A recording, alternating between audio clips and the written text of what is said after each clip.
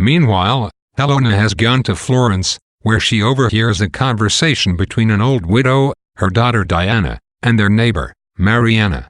It seems that Bertram, who rides by with the Duke of Florence's army as they talk, has been making overtures to Diana, hoping to get her in his bed. Helena joins the discussion, in which the older woman advises Diana to maintain her chastity.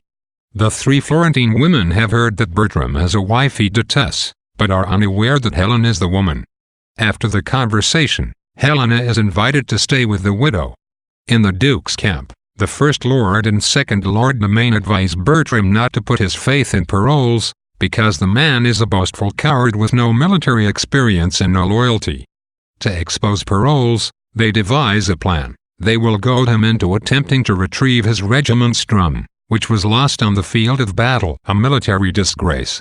Then, disguised as enemy soldiers, they will capture him, blindfold him, and interrogate him, thus demonstrating to Bertram how quickly his loyal friend will turn traitor if his life is threatened.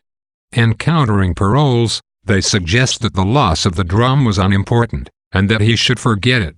Being cocky and boastful, Bertram's companion immediately swears that he will recapture it, or at least make a valiant effort.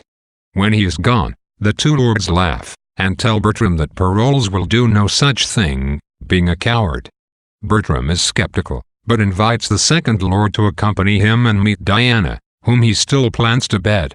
Meanwhile, Helena has revealed her identity to the widow, and uses a purse of gold to buy her help in a scheme that, Helena hopes, will fulfill her husband's conditions for their marriage. Diana will obtain the ring that Helena needs from Bertram, as a token of his love. Then, she will invite him to her bedchamber. In the darkness, Helena and Diana will switch places, and the oblivious Bertram will have sex with his true wife rather than the virgin. The widow agrees, and tells Helena to go and secure Diana's cooperation in the plot. Diana's virginity, which she jealously protects, returns us to the earlier bantering discussion Helena and Parolles shared on the subject. In that conversation, Parolles had argued that a woman ought to lose her maidenhead as soon as possible now. Appropriately enough, he is assisting Bertram in convincing a chaste young woman to give it up without benefit of wedlock. As for Bertram himself, our estimation of him sinks still lower, although given how he has behaved so far, this seems almost a small offense. For the Count, it is clear, war comes first, and women are an unimportant matter. They are there to dally and fornicate with, but not to marry. The fact that seducing Diana is hardly worse than his abandonment of Helena does not in any way excuse Bertram's behavior. In fact, his behavior is bad enough to make the bed trick seem perfectly justified. This switch, in which a wife substitutes herself for a lover in order to trick an adulterous husband, is common in folklore, and Shakespeare uses a similar device with Mariana, Isabella, and Angelo in Measure for Measure. There are dubious elements involved here, of course, including the bribery of the widow and the lies that Diana is forced to tell.